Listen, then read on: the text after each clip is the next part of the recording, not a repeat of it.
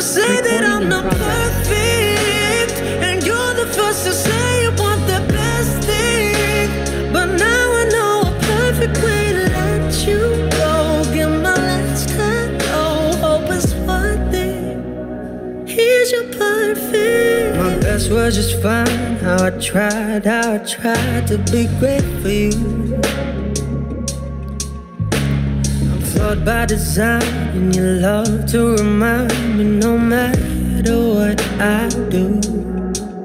But you won't see me break, call you up in 3 days. I'll send you a bouquet, saying it's a mistake. Drink my troubles away, one more glass of champagne, and you know I'm the first to say that I'm not perfect, and you're the first to say you want the best thing.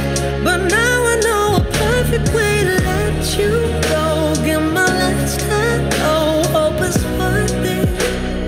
I'm the first to say that I'm not perfect, and you're the first to say you want the best thing. But now I know a perfect way to let you go. Give my last hello, hope it's worth it. See,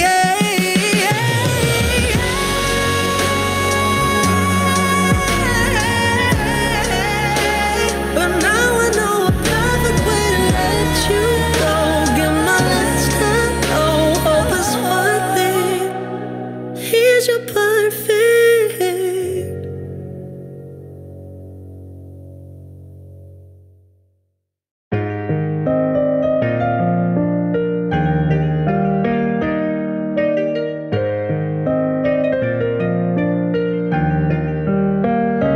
Wow sayang, kau itu sapunya, jangan ada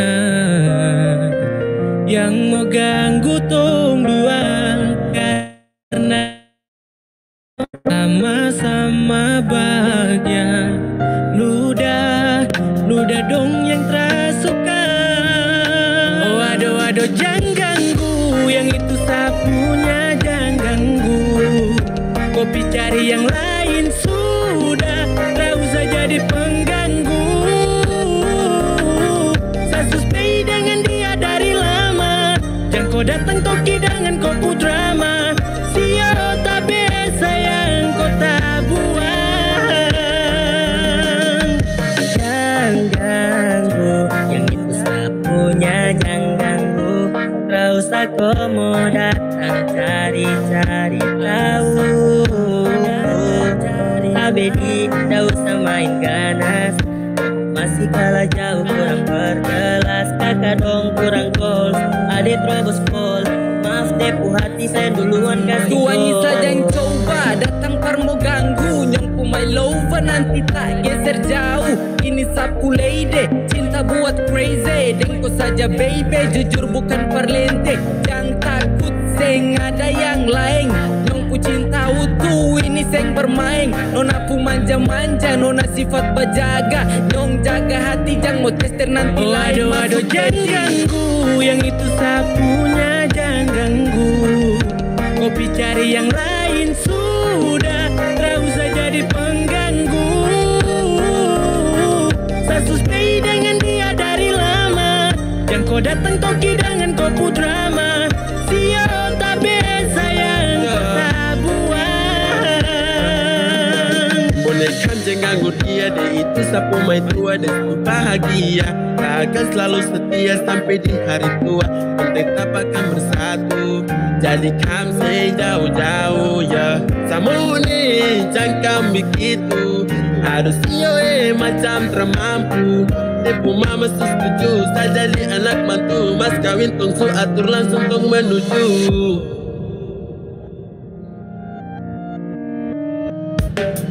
Kau say isu daripada masalah, lebih baik jangan ganggu, itu sayang punya. Yang jadi pengganggu kau tuh cuma benalu yang disaat di buku kalau keluar rumah. Kau stop sudah dengan kau putar kalikan, karena tong dua bangun cinta tara gampang. Kau kasih pisah tong dua otra bisa. Oh aduh jangan ganggu, yang itu sapunya jangan ganggu. Kopi cari yang lain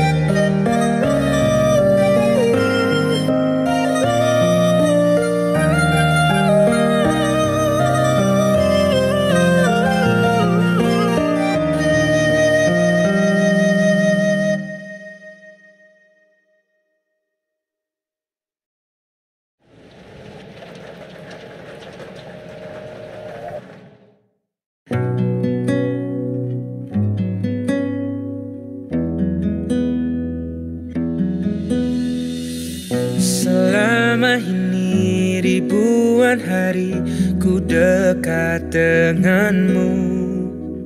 Lewati berbagai hal ku ada di sisimu. Tanpa kau tahu perasaanku padamu.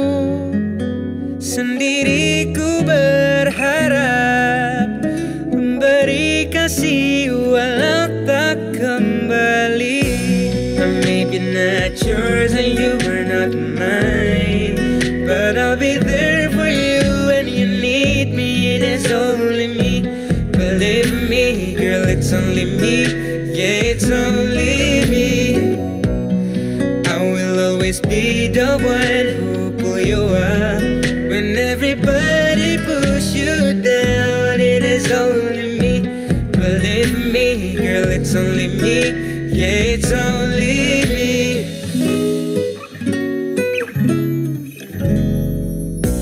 Sekalipun kau tak pernah pedulikan rasaku, ku takkan acuhkan dirimu. Tapi ku harap suatu saat nanti kau tahu. Sendiri ku berharap memberi kasih walau tak kembali. I may be not yours and you are not mine, but I'll be there for you when you need me. It is only me, believe me, girl, it's only me. Yeah, it's only me. I will always be the one who pull you up when everybody push you down. It is only me, believe me, girl, it's only me. Yeah, it's only me. Aku memang bukan rasa yang kau mau, namun ku kan selalu ada untukmu.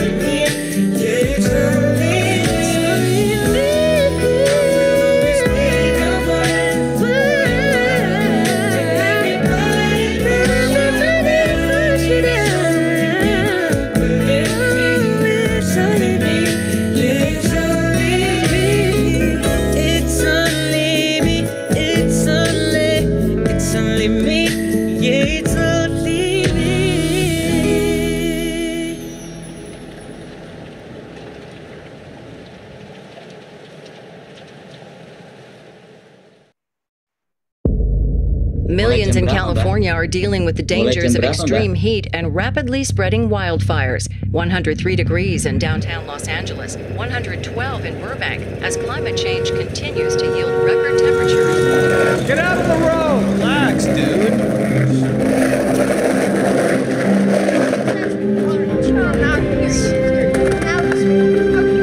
You're late!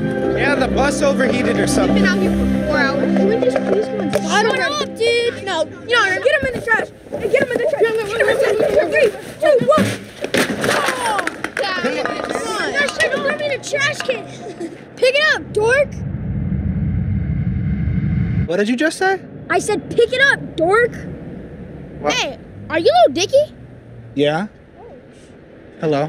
Yo, Little Dicky, my brother thinks you suck. Okay, your brother probably sucks. Look at how you turned out. You're a rat. Your whole household is probably completely mismanaged. Hey, suck my butt, Little Dicky. Suck your butt? How about you take that perfectly round head and suck my butt? How about that? Oh, hey, police! Pick up the trash. He's trying to eat our butt! There's an environmental crisis right now and you're just gonna litter on the street? Grow up.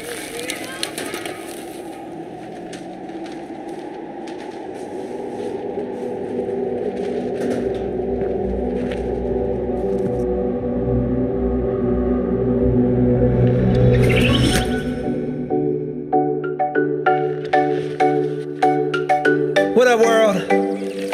It's your boy, just one of the guys down here.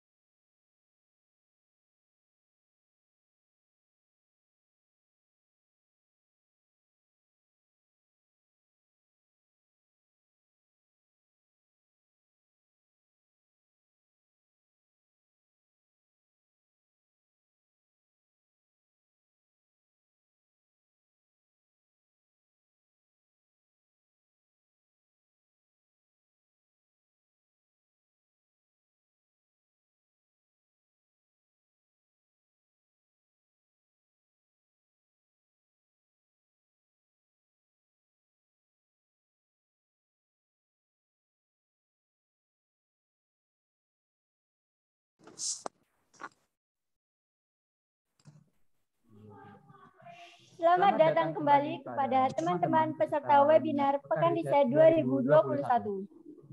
Wah, gimana nih? Pastinya tambah semangat dong untuk materi kita yang kedua ini. Pastinya semangat dong, Kak. Kan tadi sudah pada makan ya. Baik, langsung saja untuk selanjutnya, yakni materi yang kedua mengenai interpretasi penelitian kualitatif. Agar tidak berlama-lama, langsung saja saya serahkan kepada Kak Nabela selaku moderator kita pada siang hari ini.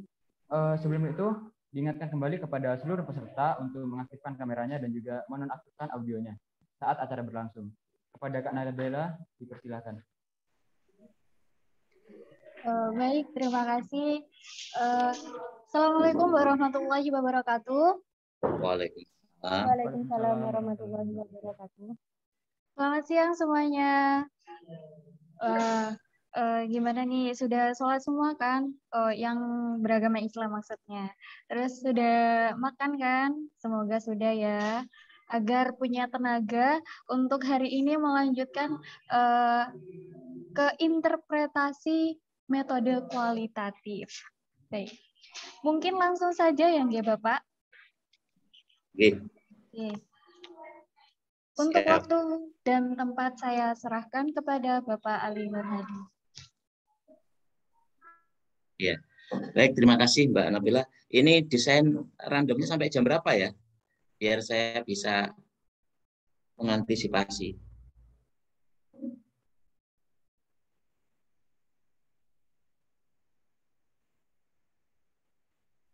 Sampai jam 15, Bapak. Oh, sampai jam 15. Oke. Baik, ada waktu kira-kira 1,5 jam ya, yang bisa kita gunakan. Oleh sebab itu, pada sesi ini saya ingin langsung, jadi kita interaksi dengan cara di kolom chat, itu bisa peserta sampaikan ketika saya bertanya maupun ketika memberikan sesuatu yang perlu untuk segera direspon. Baik, untuk materi saya izin share screen. Apa di share screen kan? Oh, ini sudah ini.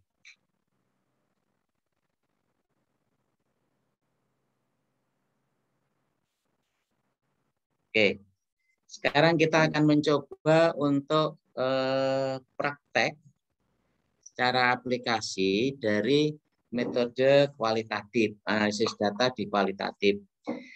Jadi kalau diikuti betul, saya kira ini juga akan sangat bermanfaat. Apalagi untuk materi yang kuantitatif, itu saudara sudah diberikan aplikasi. Itu sudah tambah enak.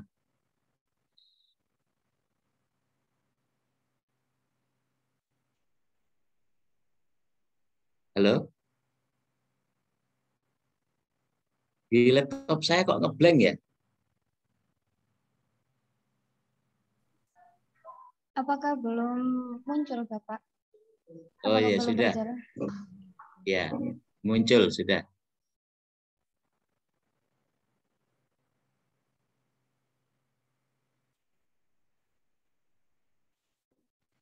Baik, pada saat praktek analisis data kualitatif ini, nanti akan saya review kembali beberapa materi yang untuk mendukung praktek ini. Artinya saya ingin mengulang atau recall atau recite apa yang sudah tadi saya sampaikan, dan mungkin nanti peserta bisa menyampaikan di kolom chat ketika hal ini saya menginginkan responnya. Baik, yang pertama terkait dengan praktek analisis data kualitatif ini, tentu sebelum saudara mampu menggunakan, ada beberapa hal yang perlu dikuasai dan disambungkan kompetensinya. Sehingga nanti akan bisa menyampaikan dengan menganalisis dengan enak. Next, yang pertama, apa saja yang perlu dikuasai? Yaitu pengumpulan data, kemudian kriteria keabsahan data, dan analisis data. Sekarang pertanyaan saya cukup mudah, silakan di kolom chat untuk peserta. Masih ingatkah pengumpulan data untuk kualitatif itu apa saja? Silakan kira-kira yang tercepat tuliskan saja di kolom chatnya. Hanya mengingatkan saja. Saya tunggu, masih belum ada.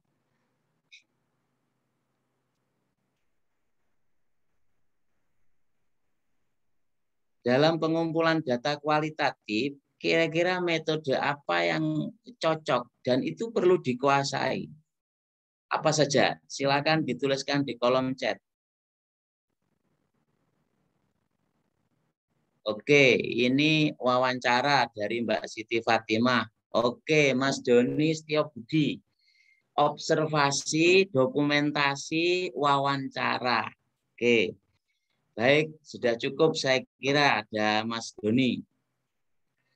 Ketika di kualitatif tentu ada observasi, dokumentasi, dan wawancara yang perlu saudara kuasai. Lah, seperti apa gambarannya? Silakan next.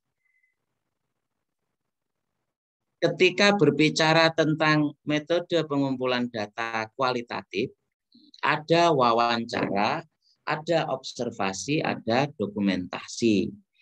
Nah, sekarang di wawancara ini ada wawancara untuk kualitatif. Ini yang berbeda dengan di kuantitatif. Meskipun tadi belum saya sampaikan. Mungkin ada yang sudah pernah mengetahui kira-kira model wawancara dan observasi yang dipakai di kualitatif itu seperti apa? Saya ingin ada yang chat lagi. Silakan, cepet-cepetan. Ayo. Badrus Soleh, ini raise hand. Coba yang langsung diketik saja, biar tidak raise hand.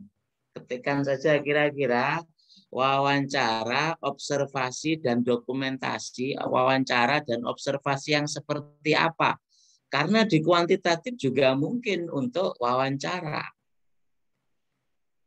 Tapi di kualitatif ini berbeda model desain wawancaranya. Ternyata masih belum ada yang berkomen. Baik, wawancara di metode kualitatif ini ada wawancara yang sifatnya adalah wawancara terstruktur, ada wawancara tidak terstruktur, ada wawancara semi terstruktur salah satunya.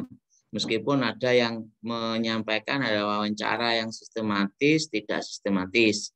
Gambarannya begini prinsipnya. Ketika wawancara di kualitatif, ini mesti in-depth interview, wawancara yang mendalam. Jadi kalau wawancara di wawancara kuantitatif, mesti wawancaranya terstruktur. Meskipun ada, tujuannya untuk menguatkan saja di satu variabel. Tapi di wawancara yang kualitatif, ini lebih kepada wawancara yang sifatnya tidak terstruktur atau mungkin semi terstruktur.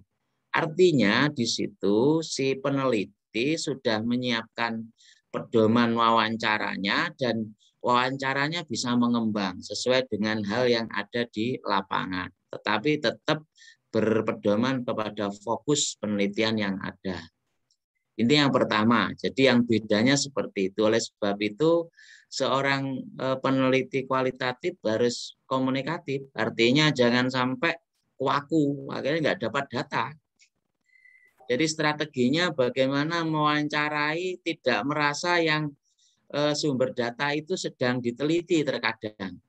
Jadi bisa membuka semuanya. Ada itu perlu satu keterampilan. Nah, ini biasanya dilakukan siapa? Justru polisi di bagian yang interview itu banyak yang dia punya strategi. Jadi ya kalau saya melihat itu ternyata secara tidak langsung belajar betul tentang riset kualitatif. Jadi ditanya ini nggak bisa, kemudian lewat sini, lewat atas, lewat bawah, akhirnya membuka banyak data, dikembangkan menjadi pertama saksi menjadi tersangka dan terus berkembang. Nah, itu dari wawancara saja.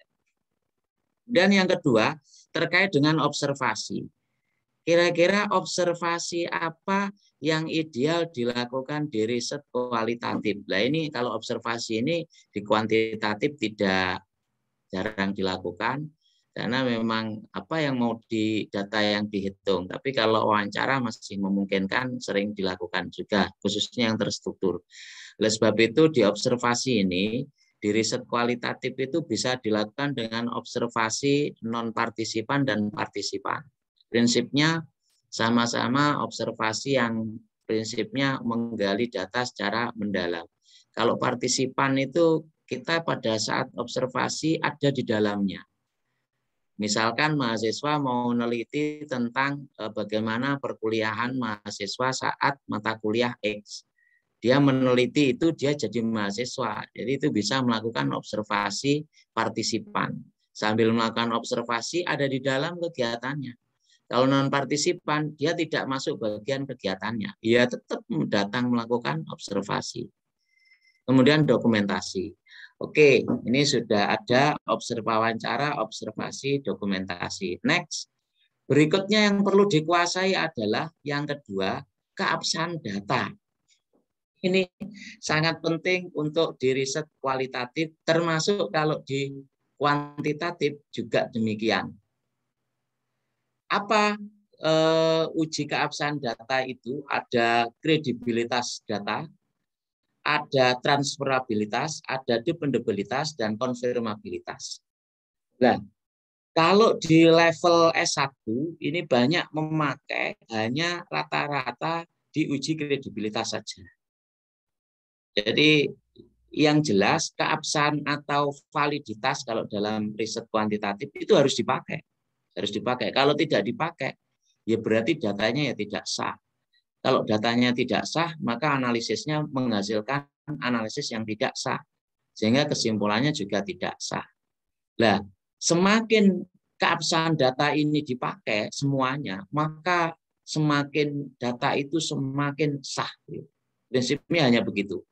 Misalkan tidak dipakai semuanya, itu juga tidak masalah. Tapi harus menggunakan keabsahan data itu, harus tetap dipakai meskipun tidak semuanya. Idealnya itu semuanya bisa dipakai. Tapi kadang-kadang mahasiswa itu saya paksa saja cukup kredibilitas tapi dipakai betul. Misalkan saja seperti tadi yang saya sampaikan, konsepnya ada ketekunan pengamatan, ada triangulasi. Kadang hanya memakai itu saja, perpanjangan pengamatan, ketekunan, dan triangulasi. Sedangkan dependabilitas, konfirmabilitas, transformabilitas itu tidak dipakai. Kalau dipakai yang kredibilitas saja dengan sebenarnya, itu data sudah sah. Walaupun kalau pengen lebih dalam lagi ya dipakai semua. Misalkan ini jaringan begitu, ini kalau tidak pakai, kalau hanya pakai satu itu sama dengan netnya voli. Kemudian kalau pakai 2 itu netnya bola pingpong. Kalau pakai 3 itu bisa saja saringannya tepung. Kalau keempat-empatnya dipakai. Jadi bahasanya seperti itu. Ketika nanti dituliskan harus dipakai. Saya sering melihat, ini hebat sekali uji kredibilitas datanya dipakai semua. Tapi begitu praktek, enggak sekalipun apa satu pun yang digunakan. Ya itu palsu. Artinya dia menggunakan wadahnya kongguan, isinya keripik. Jadi itu palsu itu. Harusnya kalau wajahnya roti kongguan, dalamnya itu juga roti. Kalau memang mau penelitian itu kan tiada dusta di antara si kita. Artinya jangan sampai menuliskan sesuatu yang tinggi sekali seperti ideal, tetapi prakteknya nol, nggak diterapkan. Ini kacau. Itu. Lah, yang perlu saya tekankan untuk penguasaan keabsahan data ini cukup saudara kuasai di kredibilitas saja. Kalau memang nanti mau tahu apa itu konfirmabilitas dan sebagainya, penggunaannya seperti apa, oke, nggak masalah. Lah, paling tidak menguasai kriteria keabsahan data ini. Misal, saudara gunakan seperti yang tadi saya sampaikan, triangulasi. Triangulasi saja ini banyak sekali. Ada triangulasi metode, ada triangulasi sumber, ada triangulasi sumber atau teknik, ada triangulasi waktu, ada triangulasi teori, ada triangulasi peneliti, dan sebagainya. Yang memungkinkan dipakai dan diterapkan ketika saudara ke lapangan itu adalah triangulasi sumber dan triangulasi metode. Mengapa triangulasi sumber? Triangulasi sumber itu, tri itu 3, sumber itu ya sumber. Berarti data kita itu sah kalau ada minimal 3 sumber yang menyatakan sama. Misal, saudara tanya apakah Mbak Nabila itu baik. Kalau saya tanya Mbak Nabila, kalau baik itu susah. Kalau saya tanya apakah Mbak Nabila itu cantik. Ketika saya tanya kepada laki-laki, A itu mengatakan cantik, kemudian yang B mengatakan cantik, yang C mengatakan tidak. Maka pada saat itu sebenarnya kita belum dapat data sah bahwa kesimpulannya itu Nabila cantik, tidak. Tapi harus dilanjutkan lagi sampai data itu jenuh. Kemudian tanya yang ke C, ke D ternyata cantik, yang E cantik, sudah dicukupkan, itu sudah boleh. Berarti kesimpulannya adalah cantik. Itu yang menjadi satu kesimpulan triangulasi sumber. Pertanyaan yang sama kepada sumber yang berbeda itu menghasilkan jawaban yang menuju ke arah yang sama. Itu berarti data itu sah. Makanya kalau penelitian kepada dosen, ditanya langsung dosen yang bersangkutan, dia pasti mengatakan saya ini baik hati, tidak suka memberikan pekerjaan yang berat kepada mahasiswa. Tapi begitu ditanya kepada mahasiswa, gimana dosen itu? Waduh, killer sekali itu, gak enak. Tanya kepada ini gimana? Killer. Tanya kepada ini killer. Ya kesimpulannya killer itu.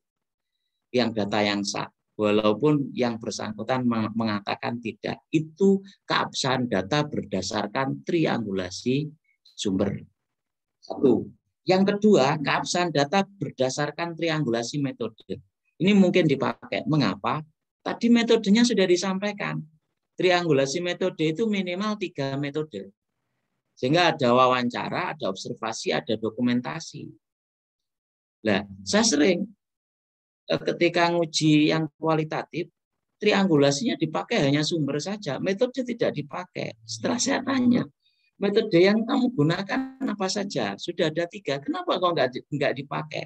Malah yang transformabilitas dipakai. Setelah saya tanya bagaimana memakainya, ternyata nggak bisa menjawab. Artinya hanya menuliskan saja. Maka nggak perlu ketika di proposal atau di metode penelitian itu yang ditulis itu sebenarnya yang dipakai. Kalau memang nggak mau dipakai ya jangan ditulis. Kemudian konfirmabilitas ditulis setelah saya ditanyakan what the meaning of konfirmabilitas. Mereka nggak paham. Apalagi menerapkannya, ya pasti nggak bisa. Jadi cukup triangulasi metode, triangulasi sumber. Triangulasi metode itu sumbernya 1, tapi metodenya banyak. Berarti ketika tanya kepada misalkan saja kepala sekolah di satu lembaga, dia mengatakan A, kita cari dokumen pendukungnya yang mengatakan A itu. Kalau dokumennya B, kemudian kita observasi menjadi C, maka data itu tidak sah. Maka tidak perlu dipaparkan di display data, tapi sudah masuk di reduksi. Data sudah tidak sah. Tapi kalau ngomongannya A, kemudian ada dokumen pendukungnya A, setelah diobservasi juga menuju ke A, maka data itu sah menurut triangulasi metode. Jadi itu yang perlu diperhatikan. Jadi yang pertama menguasai tentang metode pengumpulan datanya. Yang kedua kalau sudah menguasai itu keabsahan datanya. Yang ketiga analisis data. Tadi sudah saya sampaikan analisis data itu. Yang keempatnya, yang ketiganya yaitu analisis data. Saya ingin di kolom chat. Coba di analisis data itu tadi ada banyak model. Itu modelnya siapa saja. Silakan tuliskan di kolom chat. Saya pengen tahu. Ayo, saudara mahasiswa, karena di kolom chat ini kan bebas. Kalau raise hand kan masih harus dihidupkan. Silakan dari peserta, kalau memang mengikuti, insya Allah bisa itu. Saya belum ada yang menjawab. Ayo, saya tunggu. 1, ini Mas Nur Iman. 1, modelnya Miles Huberman. Oke. 1. Ada modelnya Mbak Siti Fatimah, Sparadle. Oke. Ada Creswell. Oke. Mbak Siti Fatimah dengan Mas Nur Iman.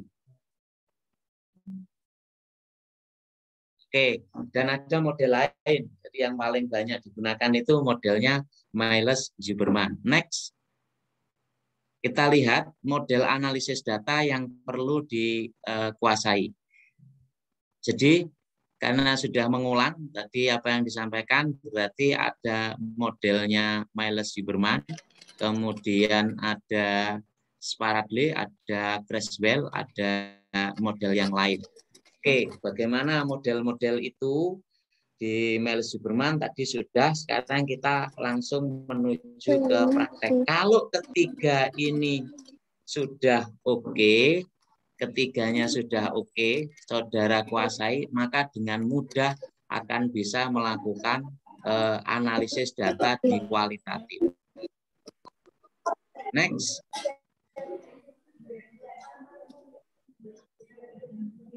Ya, sekarang kita lihat, saya punya data seperti ini. Silakan saudara baca. Sebentar, ya. Misalkan tentang minat belajar riset kualitatif. Jadi akan meneliti tentang minat belajar riset kualitatif. Setelah digali, hasil penelitian kualitatif di satu prodi, ya kan masuk dalam satu prodi, diperoleh data sebagai berikut. Hasil wawancara 6 mahasiswa menyatakan senang penelitian kualitatif dengan alasan beragam. Tidak senang hitungan, kemudian ada yang menyatakan ingin cepat lulus. Kemudian wawancara berikutnya, kendala molornya mahasiswa, ini ada yang menyatakan karena skripsi, sehingga harus cepat diprogram agar cepat lulus atau bisa tepat waktu.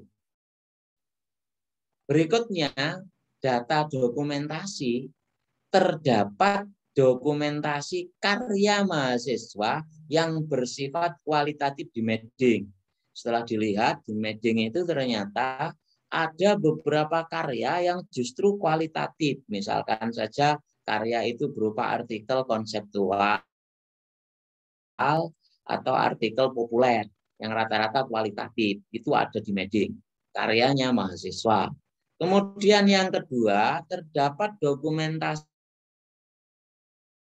jumlah mahasiswa yang mengikuti peminatan penelitian kualitatif 2 kali lebih besar dibanding kuantitatif.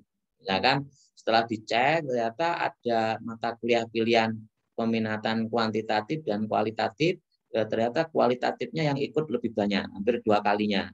Kalau mahasiswanya ada 20, maka di kuantitatifnya itu 2 kalinya. Berapa kalau 2 kalinya 20? Kalau mahasiswanya 20, kualitatifnya berapa, kuantitatifnya berapa? Kalau seperti itu berarti 20 dibagi 3. Jadi prinsipnya ketika 2 kali lebih banyak 12 atau 13, sedangkan yang kuantitatif 7. Bahasanya seperti itu. Kemudian terlihat ini setelah diobservasi, antusias mahasiswa mengikuti program perkuliahan Medpen kualitatif. Nah, dari data ini, berarti data yang saya sampaikan ini, data yang sudah melalui proses keabsahan data. Jadi keabsahan berupa apa? Wawancara. Wawancaranya ini banyak, tapi tertulis 6 mahasiswa yang menuju ke arah sama. Intinya seperti itu. Jadi wawancara yang lain yang mengatakan saya tidak senang ikut ini, itu hilang. Kemudian sudah ada data dokumentasi dan data observasi seperti ini. Pertanyaan saya, coba silahkan dari data yang ada ini, interpretasikan untuk dianalisis menjadi sebuah temuan penelitian. Seperti apa temuannya? Silahkan, boleh dituliskan di kolom chat atau boleh di raise hand kalau memang perlu banyak. Dengan data seperti itu, kira-kira data temuannya itu seperti apa? Analisisnya, modelnya seperti apa? Jadi mulai dari display, reduksi, verifikasi, sampai ada tema dengan sebuah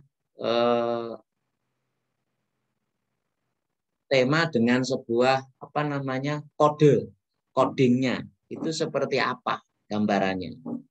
Kalau saya punya data seperti ini, ayo ada yang resen atau ada yang menuliskan yang sudah ketemu. Wawancaranya seperti itu, dokumennya seperti itu, terus temuannya seperti apa?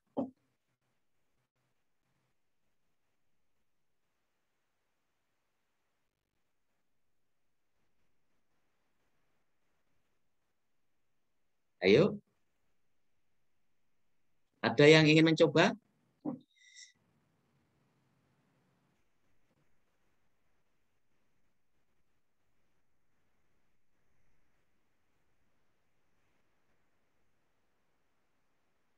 Masih bingung? Silakan diekspresikan di chat saja. Kalau nanti di unmute kan rame.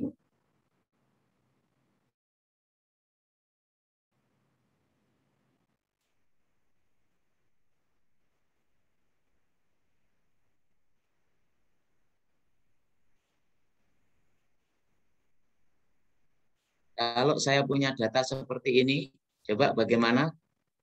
Ada yang berkomentar?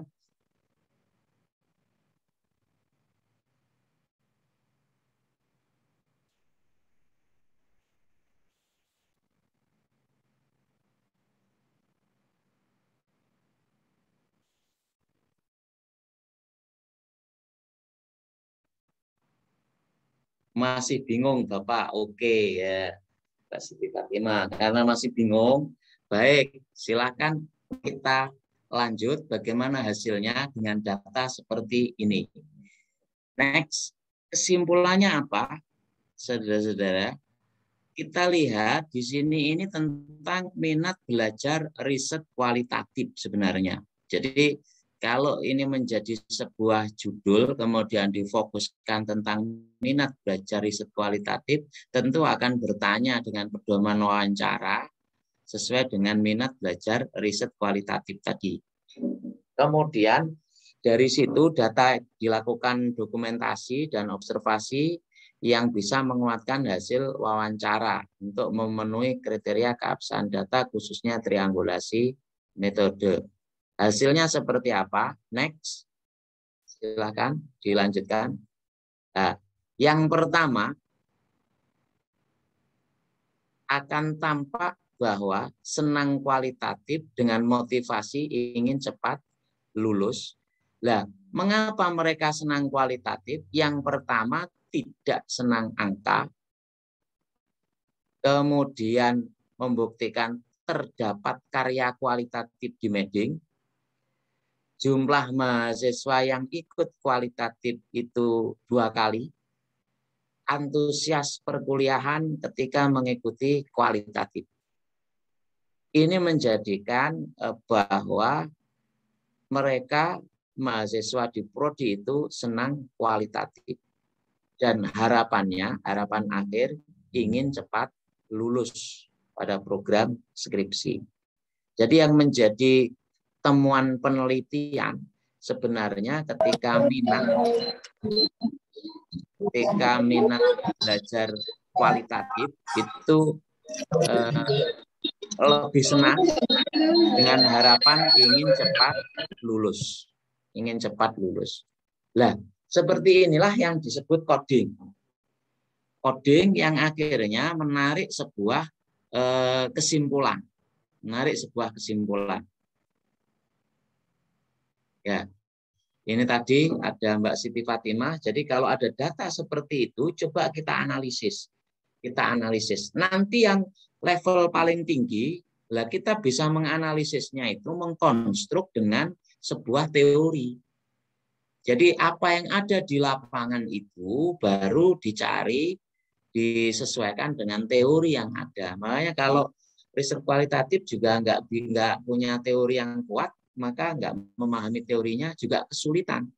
Terutama untuk mengkonstruk sesuatu yang besar, sesuatu yang banyak. Jadi konsep-konsep yang banyak itu perlu penguasaan di teori. Sementara kalau seperti ini kan analisisnya kan cukup mudah. Jadi analisisnya cukup mudah, tidak menganalisis sampai membuat sebuah mengkaji dengan teori-teori yang mendalam, itu sudah bisa. Oke, ini yang sederhana. Baik, next berikutnya saya berikan soal lagi.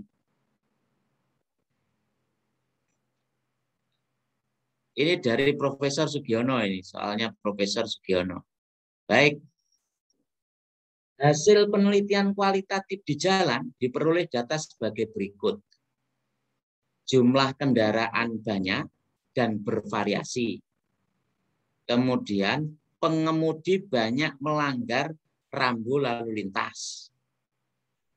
Jalannya sempit, jalannya macet, terlambat masuk kantor, ada mobil yang macet. Oke, saya berikan kesempatan kepada saudara mahasiswa langsung. Silakan yang chat boleh di kolom komen. Itu kalau seperti ini, bagaimana desainnya? Atau kalau memang mau disampaikan, silakan raise hand, nanti Mbak Moderator akan memberikan kesempatan Mbak Nabila. Coba dianalisis dulu, dibaca, kemudian dari data ini memang perlu latihan. Kalau tidak latihan ya susah. Nah, hasil penelitian diperoleh jumlah kendaraan banyak dan bervariasi, pengemudi banyak melanggar rambu lalu lintas, jalan sempit, jalan macet, terlambat masuk kantor, ada mobil yang macet.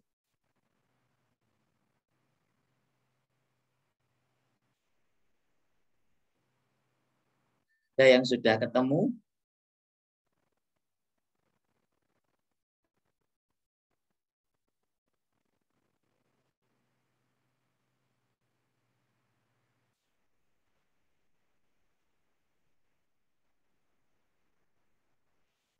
Siapa yang mau mencoba? Kalau data seperti itu, cobalah diinterpretasikan dan ditarik sebuah kesimpulan. Itu seperti apa? Dan itu menjadi calon temuan penelitiannya. Kalau saya peroleh data seperti ini, dan data ini melalui proses tadi, lagi-lagi proses yang sudah kita lakukan uji keabsahan data. Ketika dicantumkan itu, ini yang memenuhi kriteria keabsahan data. Jumlah kendaraannya banyak. Ya di situ ada mungkin kendaraannya ada beca, ada sedan, ada bis, ada sebagainya. Dan bervariasi. Pengemudinya banyak melanggar rambu lalu lintas karena nggak tahan, ada yang nyalip dari kanan, ada yang nyalip dari kiri. Jalannya sempit, kemudian jalannya macet, terlambat masuk kantor, ada mobil yang macet. Kira-kira esensinya apa temuannya? Dan bisa dipetakan.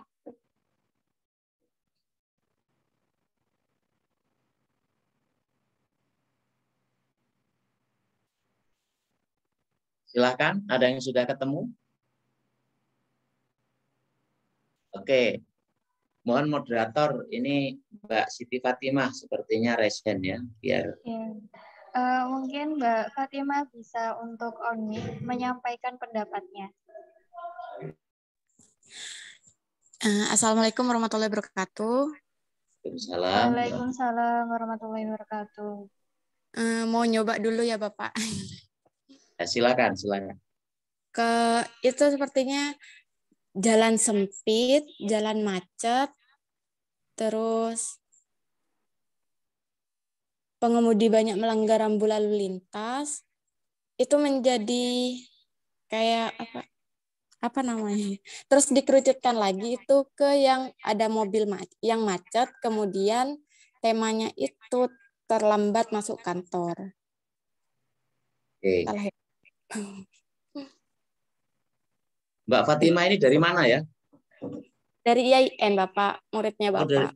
Dari IAIN ya? Iya. Oke.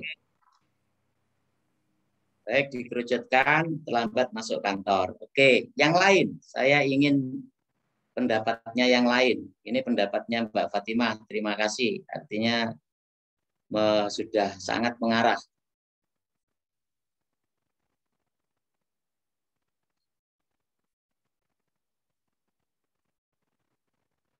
Oke, kalau memang tidak ada, baik. Jadi ada kata kuncinya sebenarnya di sini menyebabkan terlambat masuk kantor. Disitulah yang menyebabkan sebagai sebuah temuan. Lah penyebabnya apa? Seperti yang tadi disampaikan. Next. Ini jawabannya. Jadi terlambat sampai kantor, ini jalannya macet. Mengapa jalannya macet? Karena ada mobil yang macet, kendaraannya banyak, jalannya sempit, pengendaranya sering melanggar atau tidak disiplin.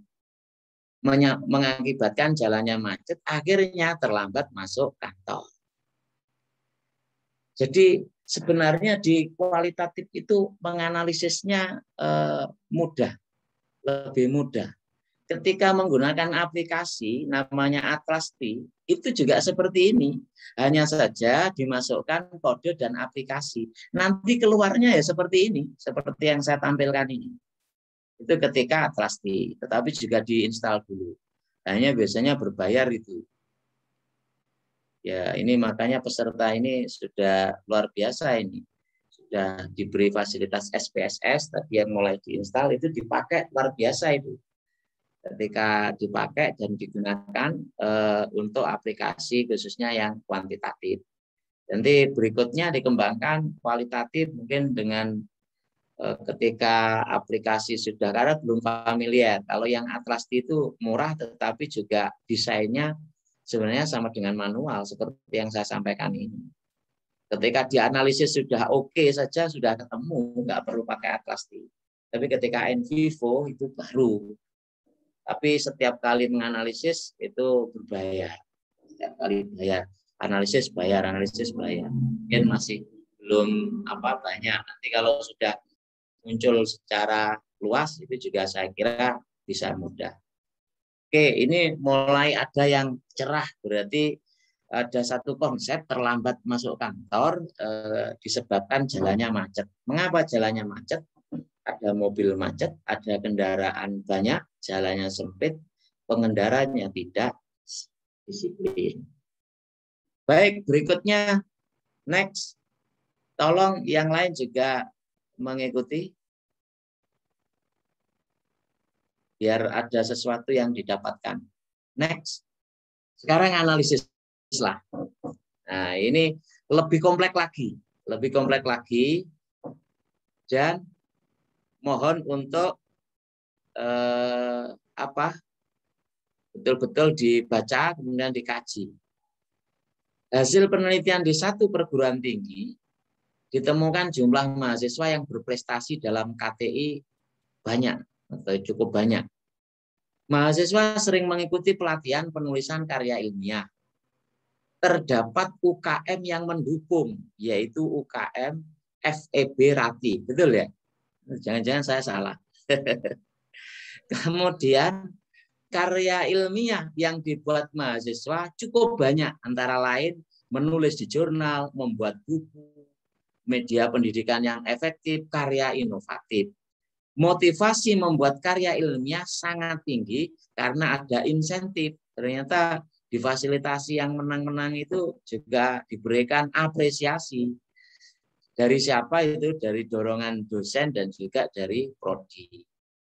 Kalau saya punya data seperti ini, coba dianalisis. Ini sudah menganalisisnya, mengkonstruknya itu tidak sederhana. Jadi perlu lebih di atasnya yang sebelum-sebelumnya. Coba dengan data yang ada ini dianalisis hasil akhirnya itu apa. Kalau tadi yang sebelumnya itu kata kuncinya adalah terlambat masuk kantor, sebabnya macet. Mengapa macet? Itu sebabnya 1, 2, 3, 4. Nah sekarang ini muara akhirnya akan menjadi temuan penelitian apa? Nah itu bisa terjadi mengapa? Karena riset kualitatif ini bukan sekedar meneliti hasil, tapi meneliti proses. Proses yang di situ ada. Sehingga hasilnya oke. Nah, data yang ada di sini ini sebenarnya lagi-lagi sudah memenuhi tahapan, tidak sekedar pada display data, tapi sudah posisi reduksi data sudah dilakukan. Artinya data-data yang tampil ini adalah data-data yang sah. Data yang bisa dipertanggungjawabkan secara ilmiah melalui kriteria keabsahan data. Oke, kalau ada data seperti ini, bagaimana hasilnya? Saya berikan kesempatan, boleh di chat, boleh di raise hand. Silakan dibaca, dicermati.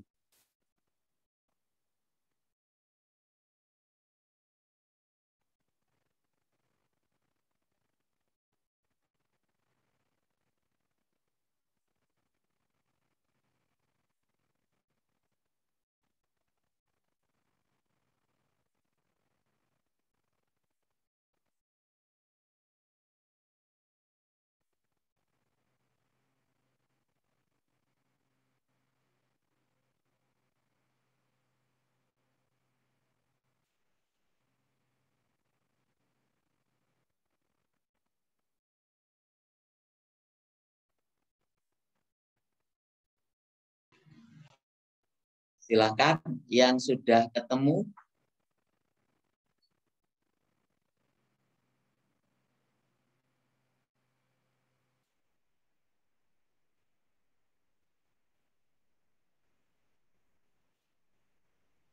Kata kuncinya apa kira-kira kalau seperti ini?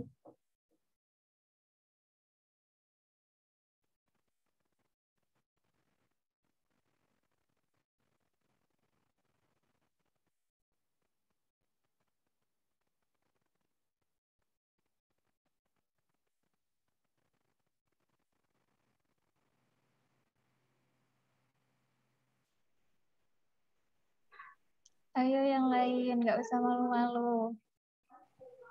Bisa kok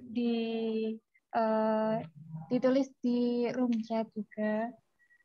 Nggak usah ragu karena kesalahan itu sudah biasa, nggih.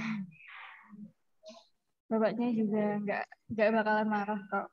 Iya, tidak marah. Kenapa marah? Iya, nggak bakalan marah juga. Ayo. Hanya penasaran saya. Coba kalau ada yang menemukan berarti sudah luar biasa. Walaupun berarti nanti kalau mengerjakan maaf di levelnya skripsi itu insya Allah sangat mudah. Karena di skripsi itu sudah jelas dasar fokusnya. Ini saya balik. Jadi fokusnya tidak saya tampilkan, tapi datanya saya tampilkan. Ketika berangkat dari fokus, kata kunci itu sudah ketemu karena fokus. Jadi itu enaknya.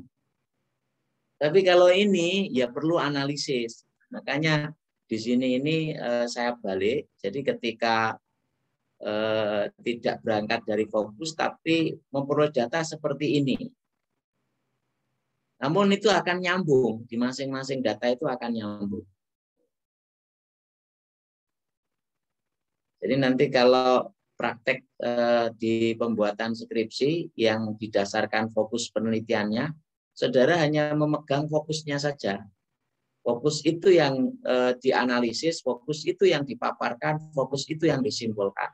Kalau fokusnya ada 2, maka paparannya 2, temuannya ya ada 2.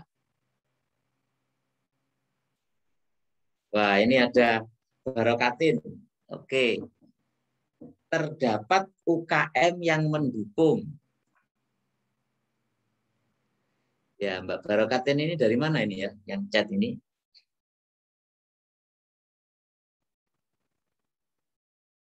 Yang lain, oke. Sudah ada yang cek kata kuncinya, terdapat UKM dari IAIN. Terdapat UKM FEB Rati. Itu kata kuncinya. Yang lain, yang lain.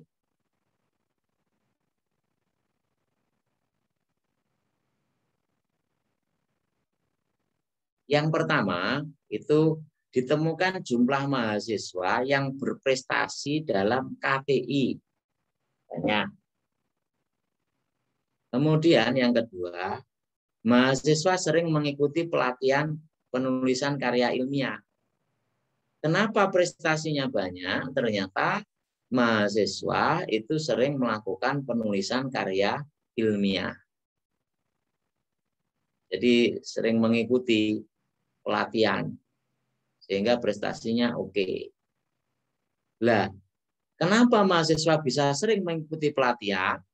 Terdapat UKM yang mendukung, salah satunya adalah UKM FEB Rati. Berikutnya, sudah prestasinya dalam KTI banyak, karena didukung pelatihan. Pelatihan ini diselenggarakan salah satunya oleh adanya pendukung UKM. Kemudian karya ilmiah yang dibuat mahasiswa cukup banyak.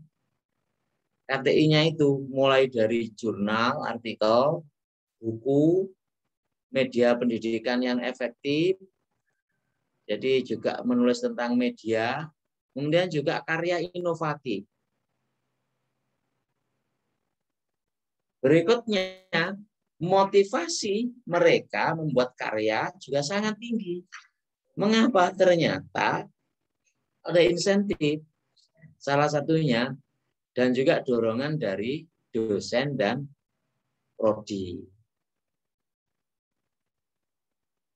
Ya, mungkin dari apa yang saya ulang, saya bacakan, ada yang berkomen, kira-kira kata kuncinya apa? Kalau Mbak Barokatin tadi, ada UKM yang mendukung. Yang lain?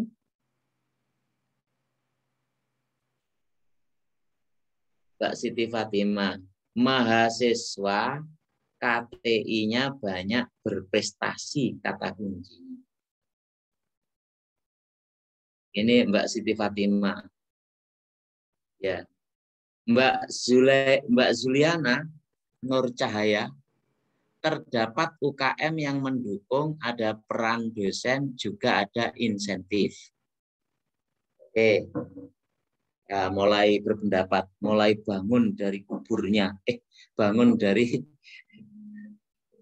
kuburnya, bangun dari apa? Harus bangun ya. Jadi memang proses belajar itu memang harus dilatih dan dicoba. Tanpa dicoba, sudah merasa nggak bisa, ya nggak bisa betul. Tapi kalau ternyata mudah, ya mudah betul. Baik, sudah ada 3 yang berpendapat. Mungkin sebelum saya buka, ada lagi selain Mbak Zuliana, terdapat UKM yang KTI yang dibuat mahasiswa cukup banyak. Nah, ini Mas Nur Iman, ini sama dengan Mbak Siti Fatimah yang pertama. KTI mahasiswa, KTI-nya banyak yang berprestasi. Oke. Satu kali lagi, ada yang berkomen, setelah itu kita next. Bagaimana sebenarnya? Dan kita analisis.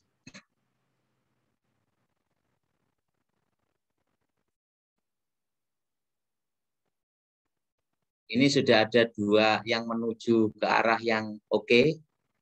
Dari 4 pendapat ini, berarti sudah pemikirannya, analisisnya sudah mulai mengena.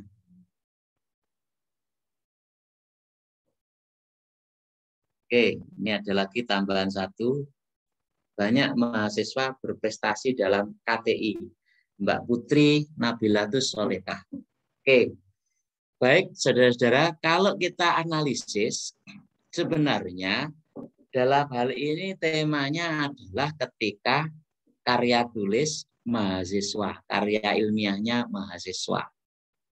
Karya ilmiahnya mahasiswa yang kesemuanya akan menuju ke sana. Lah, kenapa karya ilmiahnya mahasiswa? Kata kuncinya. Karena semua program yang ada di sini, ini muara akhirnya adalah KTI. KTI mahasiswa ternyata banyak. KTI-nya banyak, kemudian berprestasi lagi karena banyaknya tadi. Mengapa itu bisa terjadi? Ada pelatihan, ada ini. Next, bagaimana konstruknya? Kita lihat secara detail. Ya. Kalau kita lihat, sebenarnya muara akhirnya adalah mahasiswa yang berprestasi dalam KTI banyak.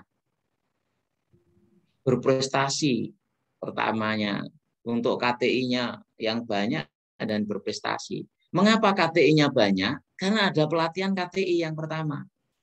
Yang kedua, ada motivasi kuat dari mahasiswa untuk membuat KTI. Kenapa kok ada pelatihan? Seringnya pelatihan karena didukung ada UKM. UKM yang menguatkan pelatihan itu sendiri, pelatihan KTI itu sendiri. Mengapa mahasiswa termotivasi untuk membuat KTI sehingga KTI-nya menjadi banyak? Karena ada peran dosen dan program studi.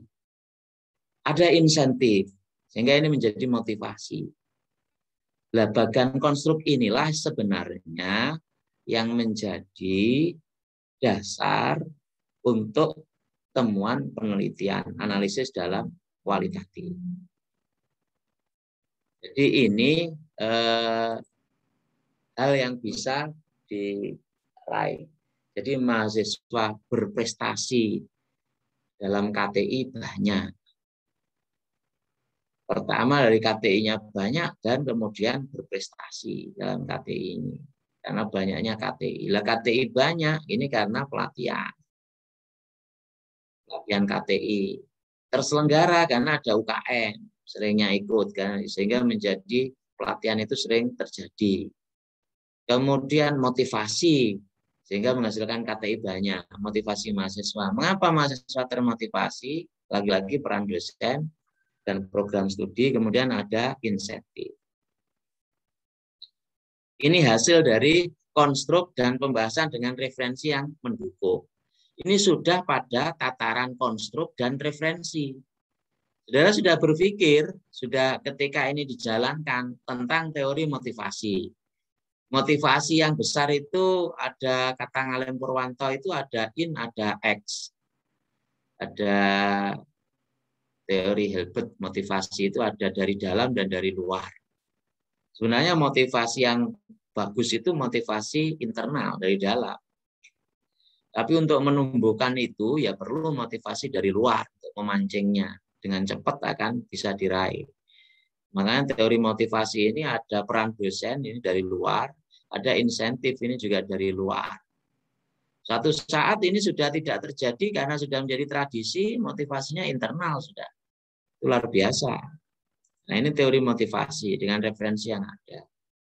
Termasuk ketika pelatihan. pelatihan ini akan berjalan dengan baik manakala memang ada lembaga pendukungnya. Kalau lembaga pendukungnya nggak ada, ya pelatihan nggak akan terjadi. Nah, dengan pelatihan itu mesti akan ada produk hasil pelatihannya.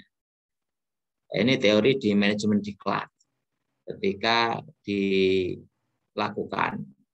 Saya kira ini tentang hasil konstruksi dengan pembahasan dengan referensi yang mendukung.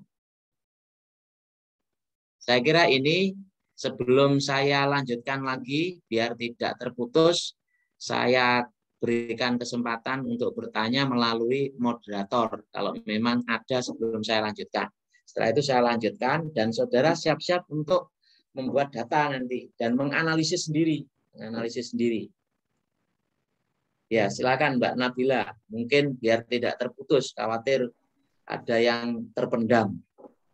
Baik Bapak, terima kasih atas kesempatannya. Wah, ini sangat bagus buat kalian mungkin yang ingin bertanya sebelum kita memasuki yang ke tahap selanjutnya. Mungkin yang mau bertanya silakan untuk raise hand terlebih dahulu atau menulis pertanyaannya di room chat. Ya. Jangan buang kesempatan yang sangat bagus banget. Gimana?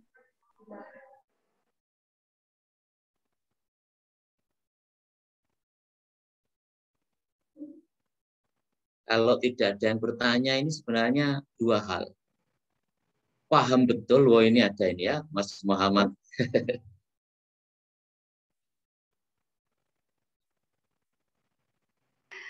Baik, silahkan untuk Kak Muhammad Ikhlasul Nurija untuk menyampaikan pertanyaannya.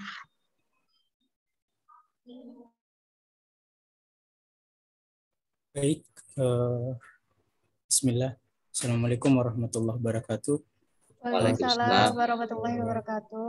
Bapak Ali Nurhadi, nama saya Muhammad Ikhlasul Nurija dari Kasih Voice Tim Bongaya Makassar.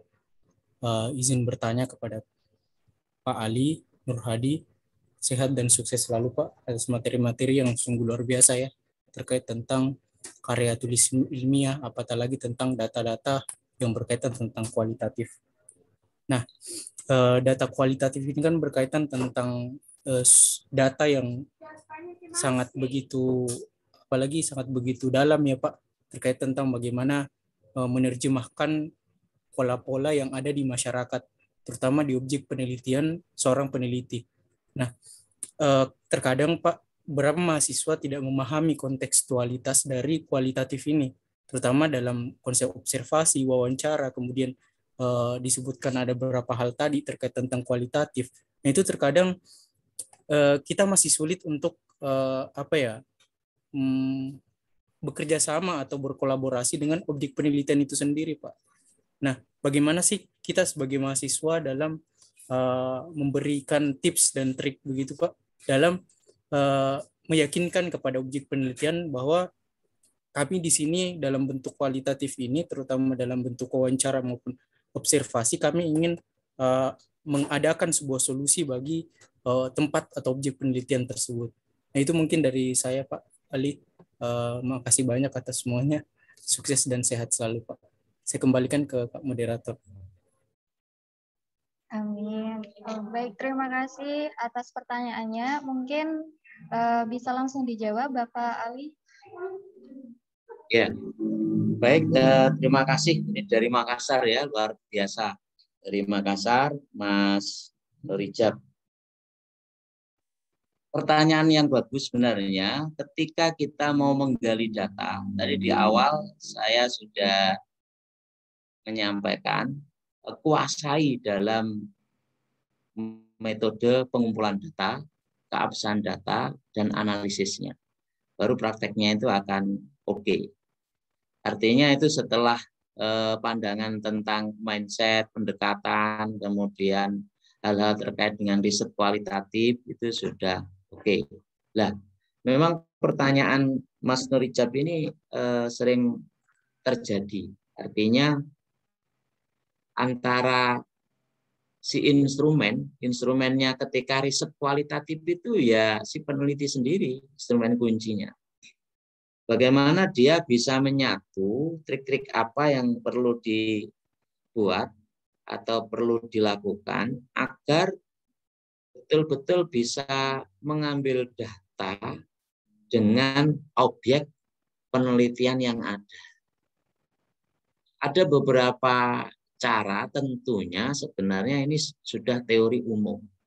Sama dengan ketika mau mengambil teori komunikasi, ketika mau mengambil data terkait dengan wawancara misalkan saja. Ada beberapa hal yang perlu diperhatikan agar wawancara kita ini memang benar-benar bisa mendapatkan data yang utuh dan data yang sebenarnya. Ya tentunya melihat kondisi sumber data yang ada.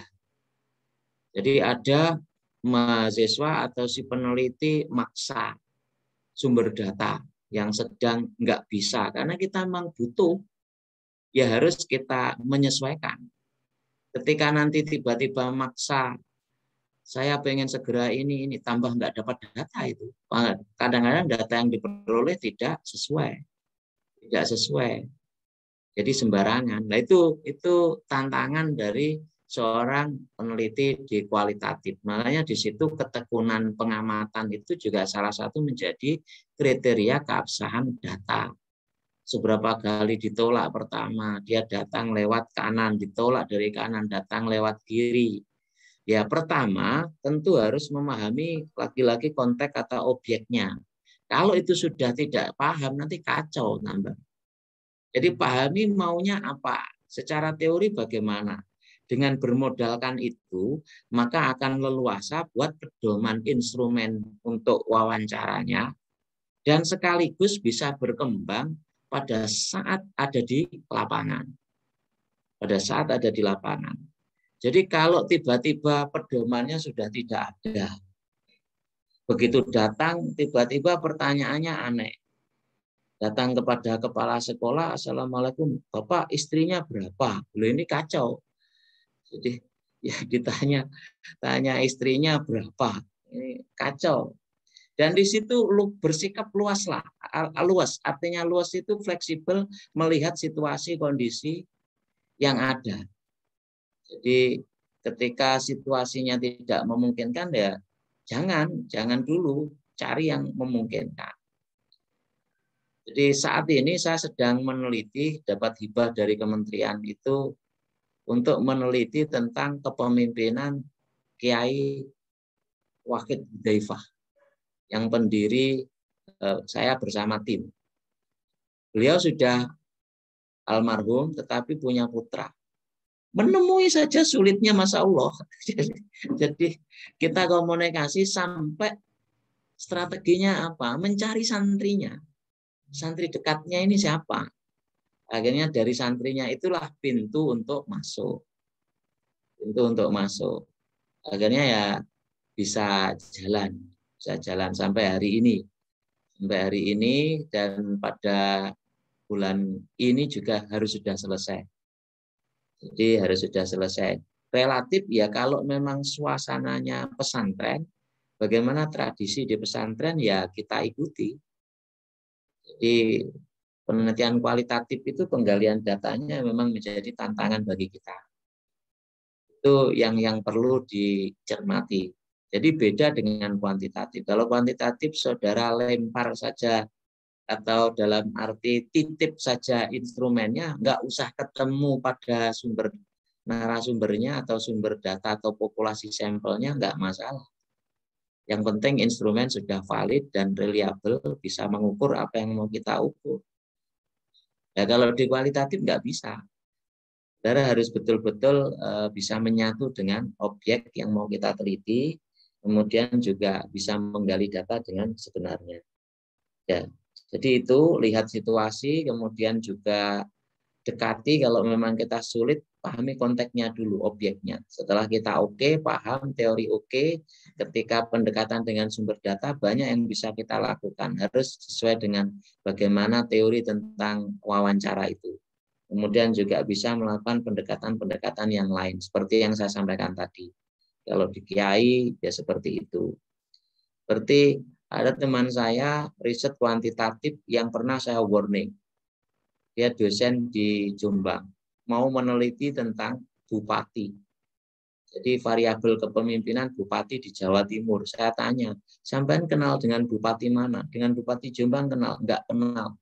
Dong sampai saja nggak kenal dengan Bupati Jombang, nanti dengan bupati yang lain terus bagaimana? Saya sarankan ini bagus Pak, ini kalau diteliti ini luar biasa, ini ya bagus, tapi bisa enggak? Ternyata selisih lulus dengan saya 5 tahun. Jadi 5 tahun kemudian hampir DO lulus, setelah saya lihat ternyata berubah juga judulnya, sudah tidak kepemimpinan bupati. Ya contohnya seperti itu, saya memprediksi jauh hari saja. Karena apa? Ini terlalu berat. Ya sama dengan di riset kualitatif itu, ketika memang nggak mampu untuk meneliti objek yang mau diteliti, jangan diteliti. Objek itu banyak kok. Jadi yang unik-unik itu banyak. Ketika itu ditemukan sudah menelitinya gampang, hasilnya cepat, kemudian konsep teoritisnya kuat, dan masih up to date. Sudah mudah, cepat, up to date, cepat selesai itu, lulus itu. Jadi dikerjakan nggak sampai 1 semester itu sudah lulus. Karena ketika riset kualitatif ini dipaksa untuk konsentrasi sampai tuntas, menyelesaikan sampai tuntas. Yaitu untungnya di riset kualitatif. Kalau memang molor, ya mesti molornya tambah panjang kalau di kualitatif. Jadi panjang akhirnya mulai dari awal lagi. Panjang mulai dari awal lagi. Karena instrumennya kita sendiri. Saya kira begitu dari Mas Muhammad Ikhlasul Makassar. Baik, terima kasih atas jawabannya Bapak. Bagaimana Mas Ikhlasul? Apakah masih ada tanggapan atau mungkin bagaimana?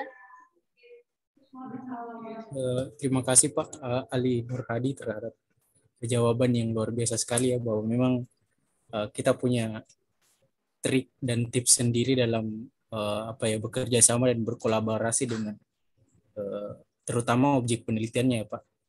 Iya, betul. Terutama tadi sudah dicontohkan juga terkait tentang ketika kita di perusahaan atau ketika kita di pesantren, kita harus punya metode dan budaya sendiri dalam beradaptasi di lingkungan mereka, terutama dalam mencapai data kualitatif yang baik dan bisa memberikan potensi penelitian yang baik pula di hasil penelitian nanti ya Pak.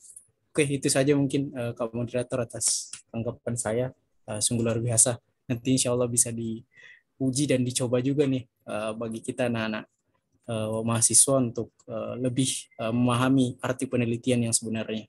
Mungkin itu saja Pak Ali. Makasih banyak sekali lagi atas jawabannya. Saya kembalikan ke Pak Moderator. Ya, terima kasih Kak Muhammad Ikhlasul. Bapak apakah masih menerima pertanyaan lagi atau mungkin dilanjutkan materinya? Iya, saya lanjutkan ya. Sambil kita juga ini ngetes juga ini. Jadi kelanjutan sambil hanya pertanyaan-pertanyaan saja. Baik, next. Saya punya satu konsep lagi. Kita lanjutkan.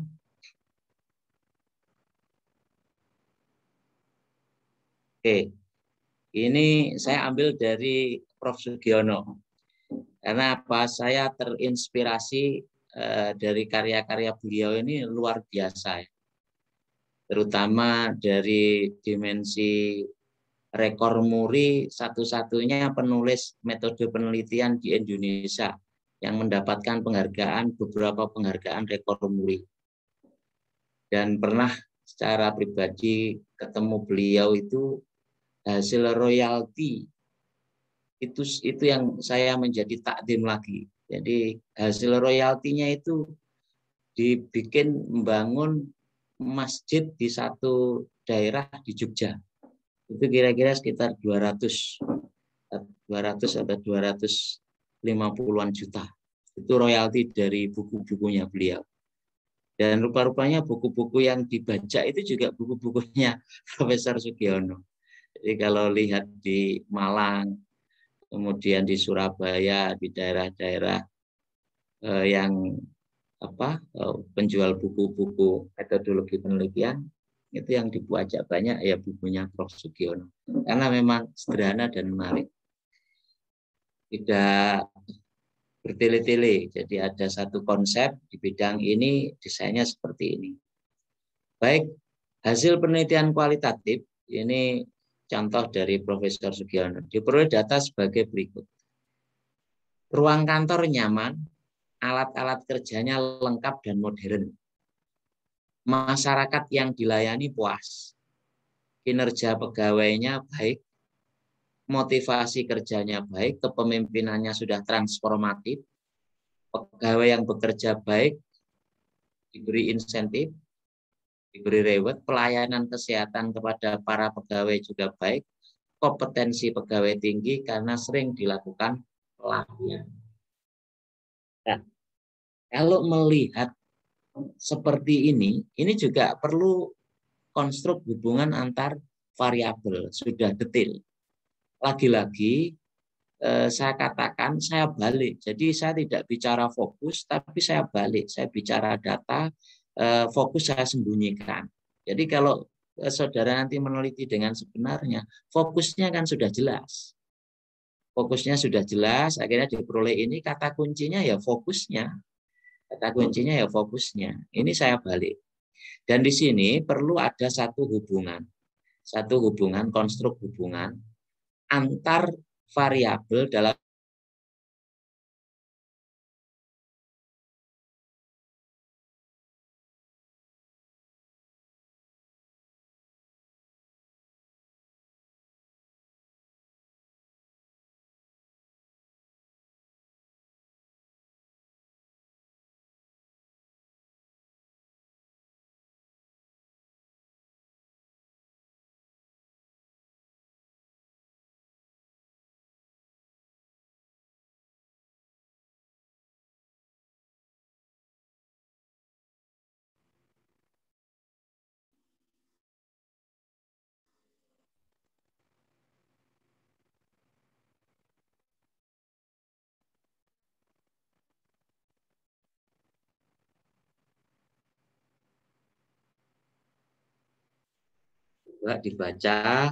dibaca berulang-ulang, kemudian direnungkan, dianalisis kalau ada data seperti ini.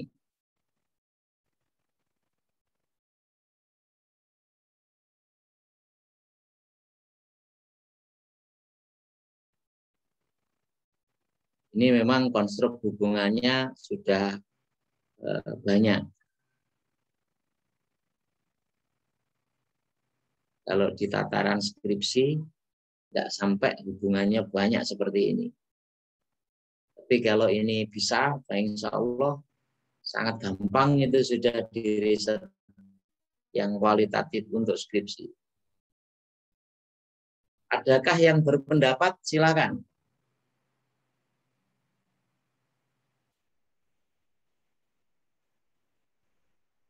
Mbak Siti Fatimah ya, Mbak Siti Fatimah, kepuasan layanan masyarakat.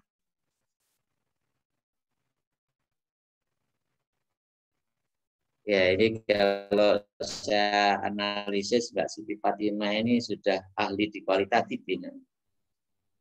Mbak Siti Fatimah ini dari, ini kata kunci Mas Doni, kata kuncinya kepuasan masyarakat terhadap pelayanannya. Oke.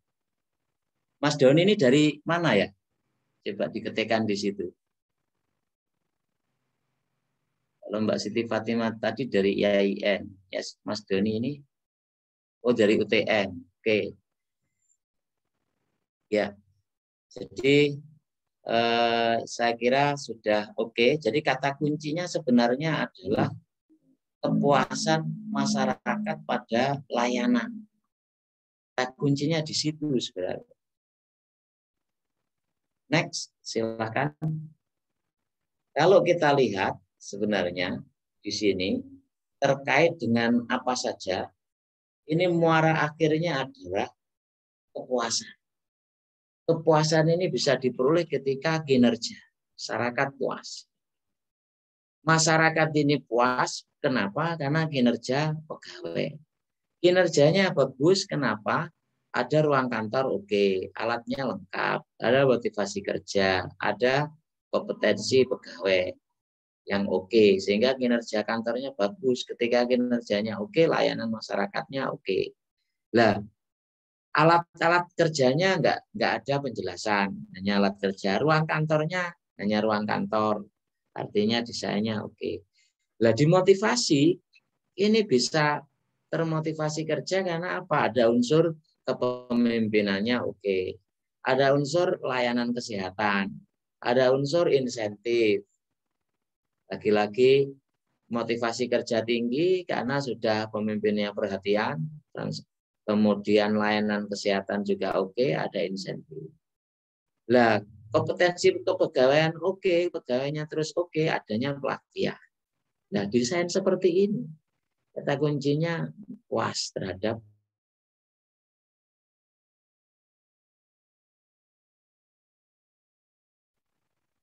menguasai. Saya kira begitu ada ini langsung bisa diterapkan. Begitu ada ini kata kuncinya apa bisa diterapkan, analisis. Dan nanti dibalik ketika di riset kualitatif fokusnya jelas, saudara ada sebuah fokus, kemudian dari fokus itu ditentukan penggalian data. Dari penggalian data itu sak pertanyaannya ya sudah disiapkan sesuai dengan fokus. Akhirnya akan ketemu kalau fokusnya bicara tentang bagaimana kepuasan masyarakat. Maka tujuan penelitiannya mendeskripsikan kepuasan masyarakat terhadap pelayanan. Akhirnya diperoleh data-data itu ya sudah jelas. Masyarakat ternyata puas dengan layanannya disebabkan kinerja kantor ini bagus. Oke, ketika ditelusuri domain masing-masingnya, kenapa kinerjanya bagus? Ruang kantor, alat kerjanya, motivasi, kompetensinya, oke. Jadi prinsipnya seperti itu. Saya kira ini masih ada waktu 10 menit kalau ditarget jam 3. Next, Mas.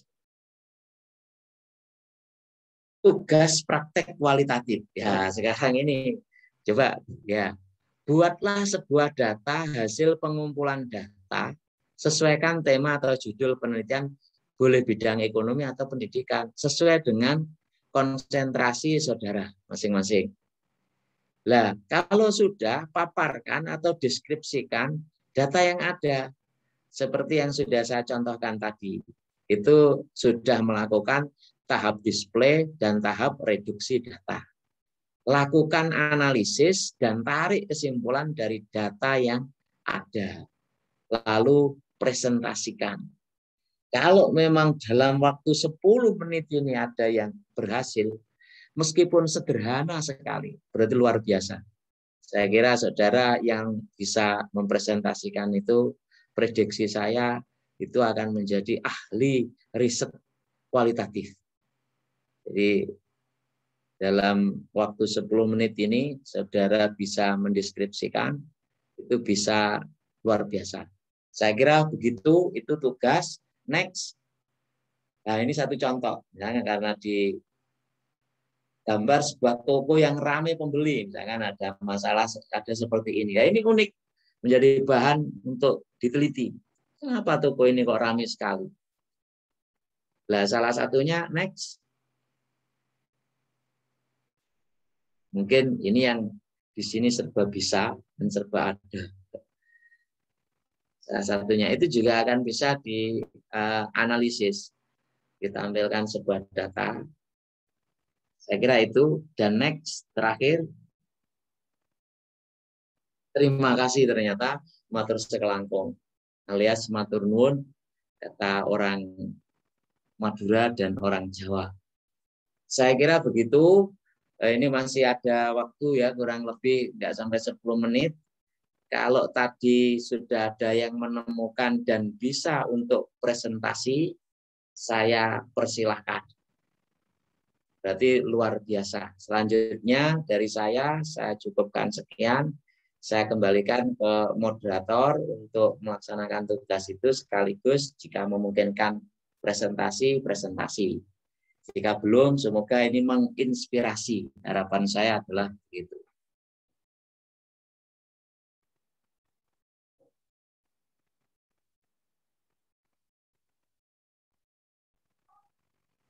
Baik, terima kasih Bapak. Jadi ada waktu 10 menit untuk peserta yang mau presentasi, begitu nggih Bapak? Nggih. Yang sudah menemukan, kemudian siap untuk presentasi dengan data yang ada sampai ditarik sebuah kesimpulan. Cukup 2 slide saja atau 1 slide saja, itu luar biasa. Oke, monggo Mbak Nabila. Baik, terima kasih. Mungkin dari teman-teman ada yang sudah memiliki jawaban dan ingin menyampaikan pendapatnya, silakan untuk raise hand agar nanti bisa saya persilahkan. Oh baik, ini ada Kak Siti Fatima, mungkin langsung bisa untuk on mic dan langsung menyampaikan pendapatnya. Assalamualaikum warahmatullahi wabarakatuh. Waalaikumsalam warahmatullahi wabarakatuh. Saya ingin mencoba mempresentasikan tentang analisis data yang telah saya buat. Nah, di sini saya ingin yang bagian peningkatan nilai belajar, peningkatan hasil belajar siswa. Nah, itu temanya Bapak. Kemudian di sampingnya lagi itu keberhasilan dalam kegiatan belajar mengajar. Nah, faktor-faktornya itu ternyata dari motivasi belajar, tercukupinya sarana prasarana, adanya media pembelajaran, kemudian juga bervariasinya metode pembelajaran. Itu saja Bapak, sederhana. Oke. Di fokusnya itu tentang apa Mbak Siti Fatimah? Ini kan tentang pembelajaran ya? Iya, fokusnya itu peningkatan hasil belajar siswa. Oke. Ya.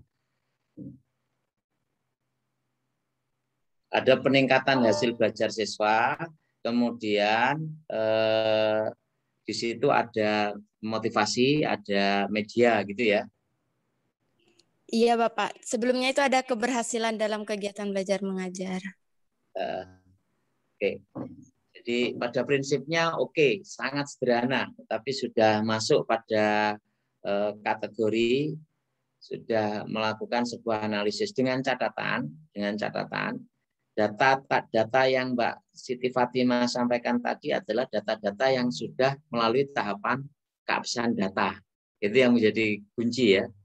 Jadi jangan sampai tiba-tiba hanya data belum sah itu sudah kita jadikan dasar untuk display data dan penarikan kesimpulan. Hati-hati di situ yang kadang-kadang bias. Tapi secara konsep sudah oke. Sudah ya, nyambung. Bapak. Sudah nyambung. Ya, saya ingin yang lain mungkin dari dimensi kalau di ekonomi ya. Kalau seperti tadi saya sampaikan ada satu toko kok rame ya. Ada satu toko kok rame sendiri padahal dia ada di desa. Kenapa ya dia kok bisa rame? Itu bisa dilakukan penelitian. Kenapa dia kok bisa rame sendiri? Sementara toko yang lain nggak laku. Apa yang menyebabkan? Padahal barangnya mungkin sama, harganya juga sama, misalkan saja. Tapi kok di situ kok pembelinya luar biasa. Sebelum di situ pembelinya habis, baru pindah ke yang lain. Tapi kalau masih ada barang di toko itu masih saja semua pembeli ingin beli di situ. Itu kalau ilmiah, maka bisa digali dengan riset kualitatif karena unik tadi. Tapi kalau tidak ilmiah, katanya itu ngobuduyul, jadi pesugihan. Itu yang terjadi, itu sudah tidak ilmiah. Itu karena itu pesugihan, begini. Kita kalau orang ilmiah ya perlu diriset, perlu diteliti.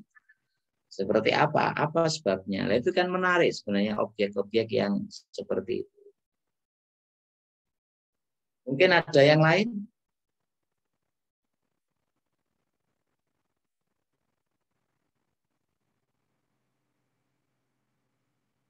Baik, kalau memang tidak ada, sesuai dengan agenda Mbak Nabila, jam 3 ya.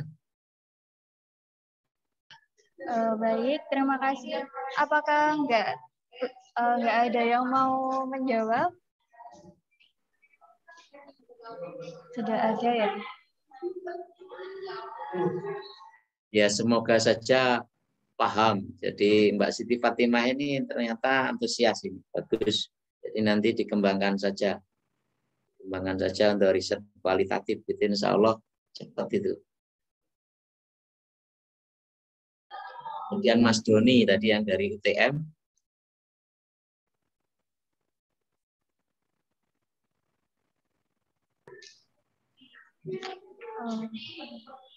Masih ada waktu 5 menit, mungkin ada yang mau berpendapat yang lain.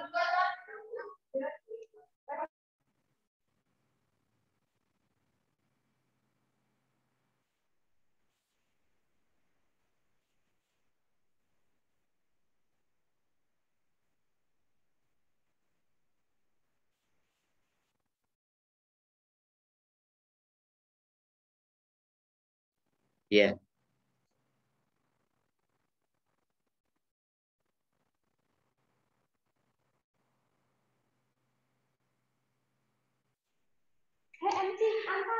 Alhamdulillah mungkin tidak ada yang mau menjawab ya. Mungkin semoga saja sudah paham semua, G.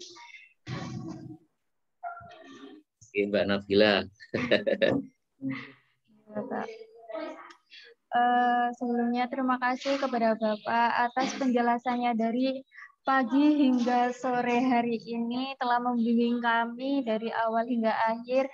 Semoga apa yang telah disampaikan dapat bermanfaat bagi kita semua, baik hari ini bahkan ke depannya. Semoga yang mungkin memiliki pertanyaan-pertanyaan yang belum terjawab itu sudah terjawab di pekan riset kali ini. Mungkin itu saja yang dapat saya sampaikan. Apabila ada kesalahan kata maupun perbuatan saya yang kurang berkenan di hati saudara sekalian, saya mohon maaf yang sebesar-besarnya. Saya akhiri. Wassalamualaikum warahmatullahi wabarakatuh. Waalaikumsalam warahmatullahi wabarakatuh. Selanjutnya saya kasihkan kepada MC.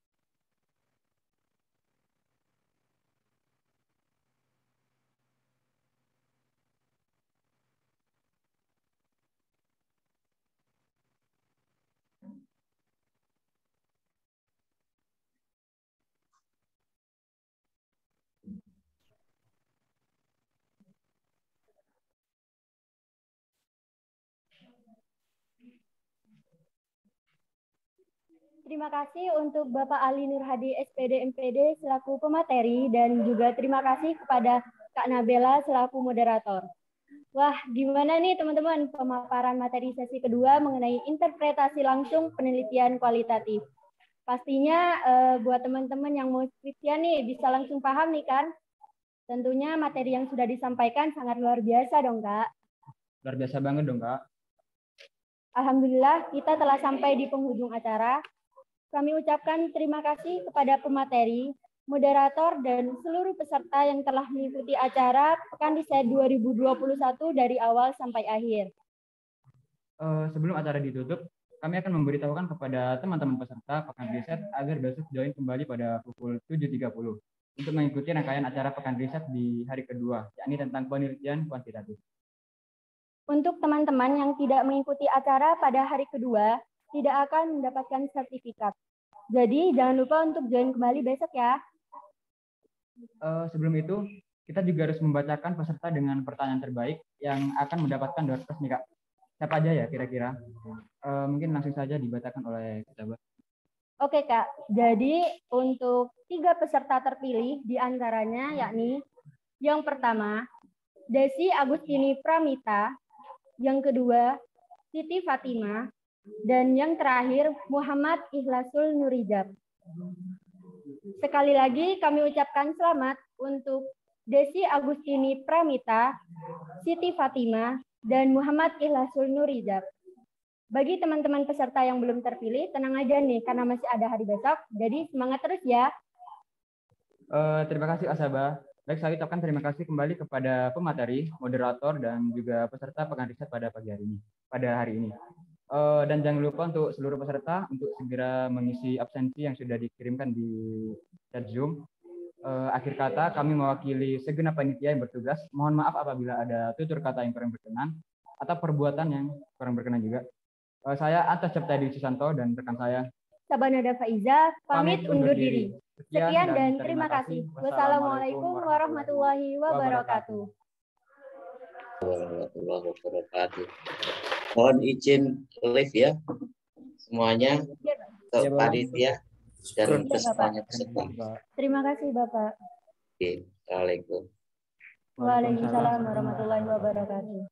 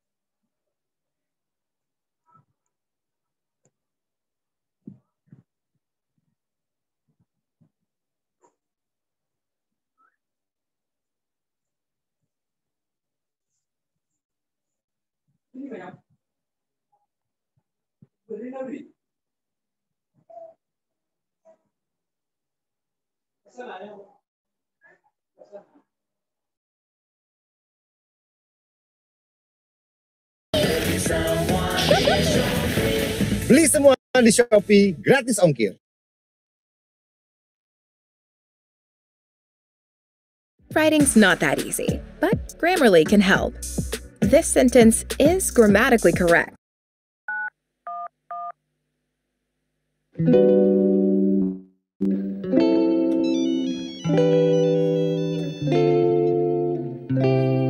have reached the voicemail box of calling you late at night, talking about nothing, but we're always laughing. This time conversation, they raise my affections. Those were the good times, and I miss the old times. Have I told you lately that I miss you badly? Sometimes I I could still call you mine, still call you mine.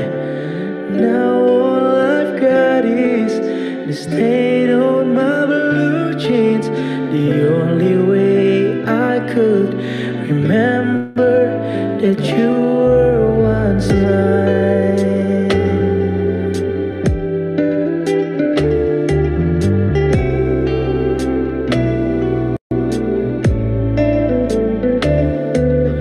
Your voice were lullabies.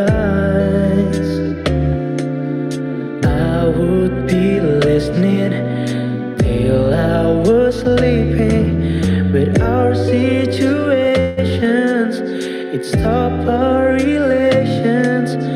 Why did we end it? Don't want to believe it, 'cause I'm feeling lately that I miss you badly. Sometimes I wish that I could still call you mine, still call you mine. Now all I've got is the stain on my blue jeans. The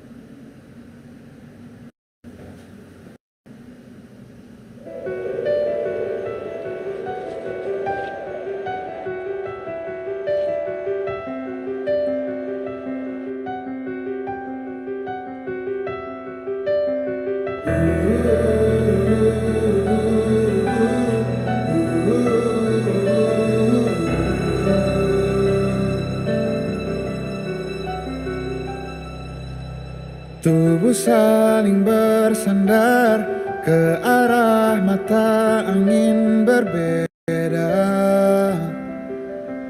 Kau menunggu datangnya malam saat ku menanti fajar. Sudah coba berbagai cara agar kita tetap bersama. Yang tersisa dari kisah ini hanya kau takut ku hilang. Perdebatan apapun menuju kata pisah. Jangan paksakan genggamanmu. Izinkan aku pergi dulu. Yang berubah hanya tak lagi ku milikmu. Kau masih bisa melihatku. Kau harus percaya ku tetap teman baikmu. Oh, oh.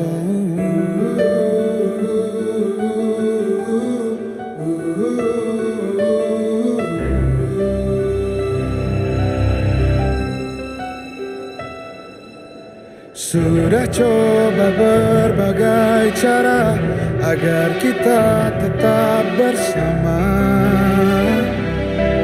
Yang tersisa dari kisah ini hanya kau takut ku hilang.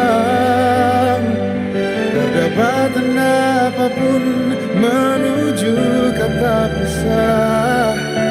Jangan paksakan genggamanmu.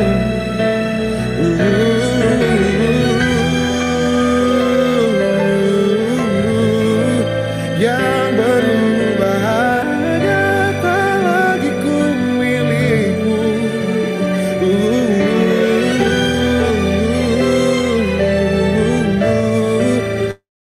Harus percaya ku tetap teman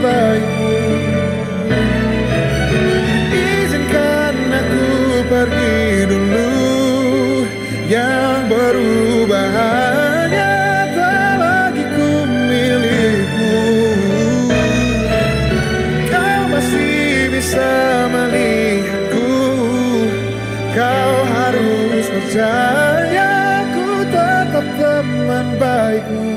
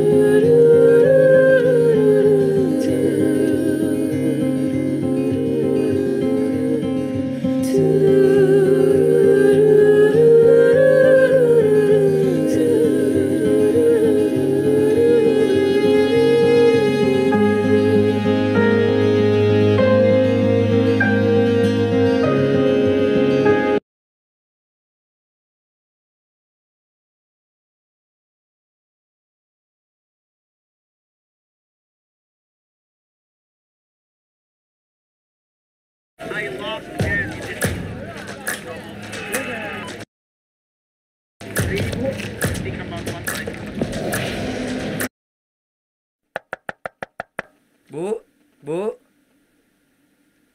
Ada Nak Dio. Masuk, Nak. Ininya ada, Bu. Ada.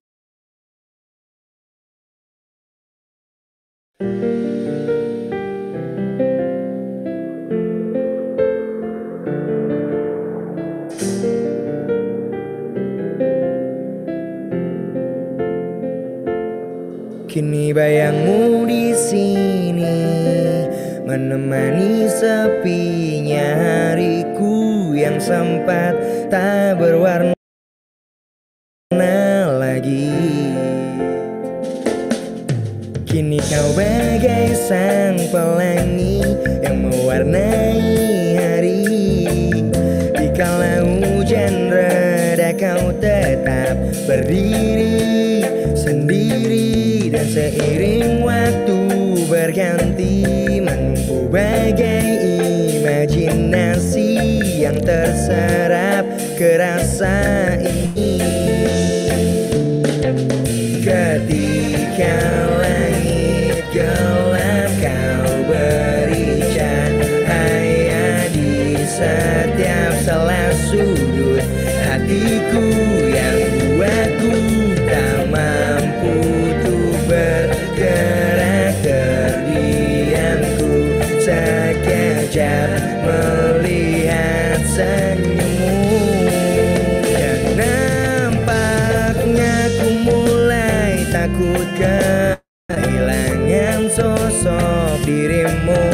Di saat ku mulai coba untuk bangkit kembali, dan tak mudah bangun kepercayaan.